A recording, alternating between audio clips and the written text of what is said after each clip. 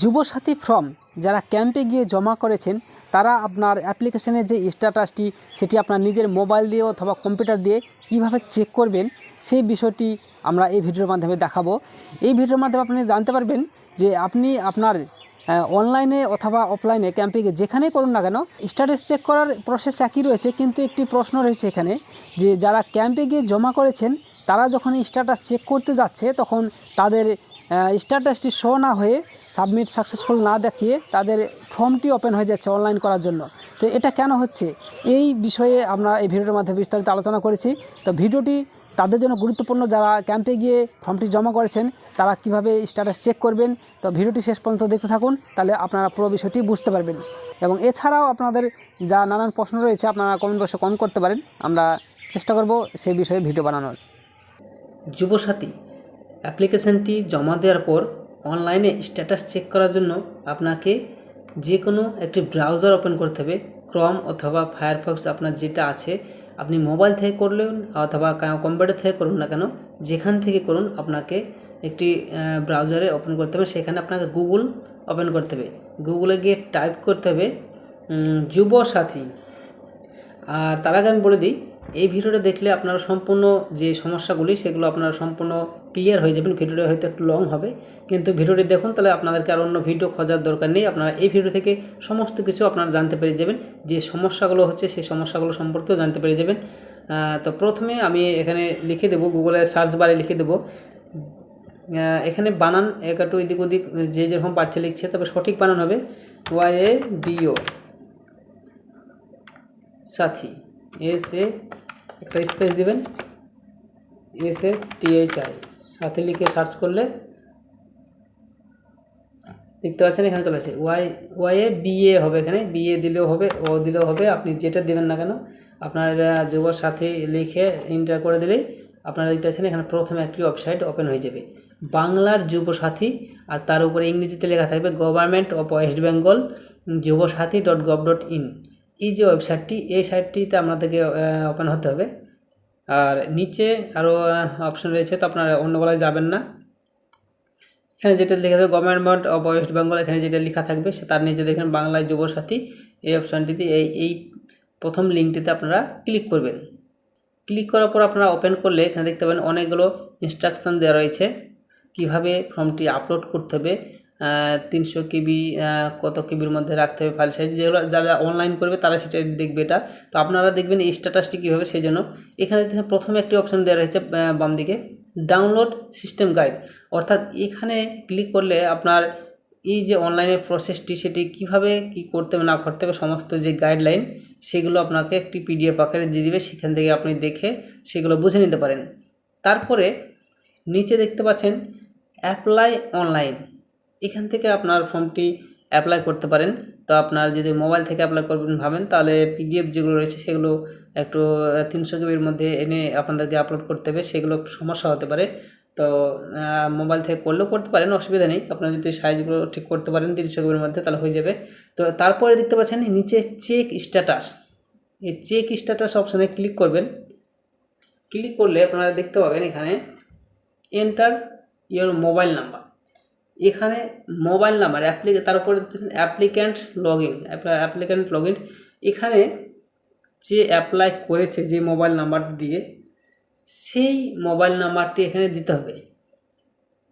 অর্থাৎ এখানে আমি যারা অফলাইনে ফর্ম ফিল আপ করেছেন তাদের প্রসেসটাও দেখাবো, আর যারা অনলাইনে করেছেন তাদের প্রসেসটাও দেখাবো। তো সেই জন্য ধীরে ধীরে ভিডিও দেখতে থাকুন।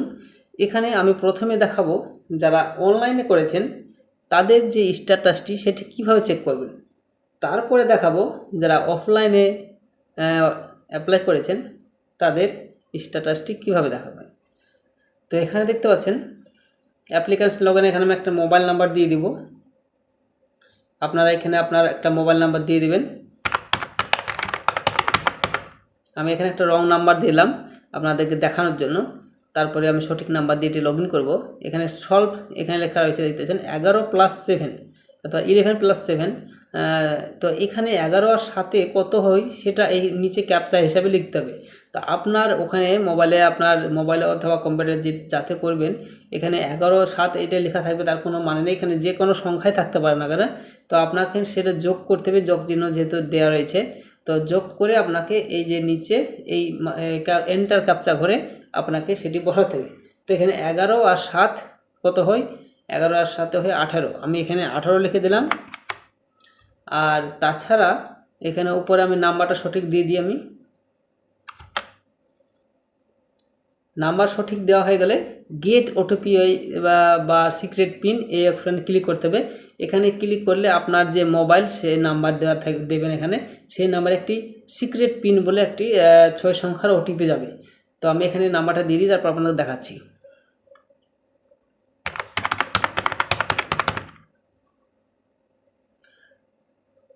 নাম্বারটা দেওয়া হয়ে গেলে আপনারা এখানে গেট ওটিপি সিক্রেট পিন এই অপশানে ক্লিক করবেন।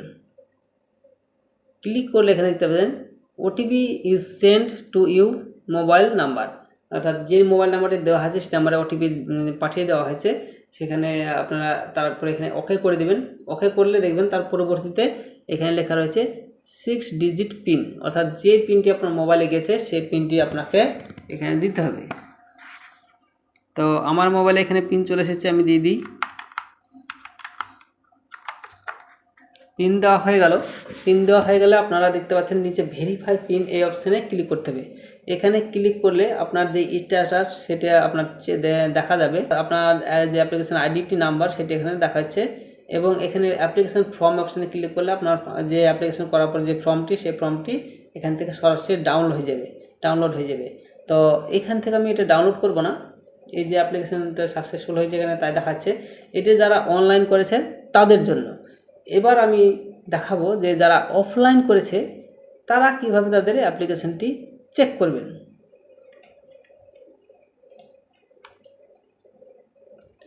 হ্যাঁ, যারা অফলাইনে করেছেন তাদের জন্য সেই একই প্রসেসে আপনারা গুগল অথবা ক্রোম ব্রাউজার যে কোনো একটু ব্রাউজার ওপেন করবেন। তারপরে আপনারা ধাপে ধাপে এই পর্যন্ত আসবেন। এখানে পর্যন্ত আসার পর আপনারা দেখতে পাচ্ছেন একইভাবে বাম দিকে নিচে চেক স্ট্যাটাস এই অপশানে দেওয়া রয়েছে। এখানে ক্লিক করার পর আপনারা দেখতে পাবেন অ্যাপ্লিকেশন লগইন সে একই প্রসেস রয়েছে। প্রথমে মোবাইল নাম্বার রয়েছে।